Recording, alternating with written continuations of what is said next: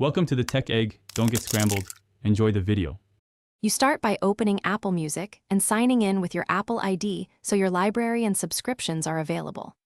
Next, find a song that shows the lyrics or sing icon that indicates karaoke features.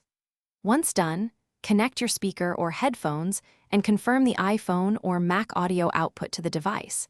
This avoids lag or muted playback. You're ready to enter the song page and prepare to enable lyrics and the sing controls for the next step. You tap lyrics to show the synchronized words and choose whether you want line-by-line or full-screen scrolling because readability matters while you sing. Then tap Sing to expose the vocal controls: guide vocals, pitch control, and vocal level. These let you lower the original singer or keep backing vocals.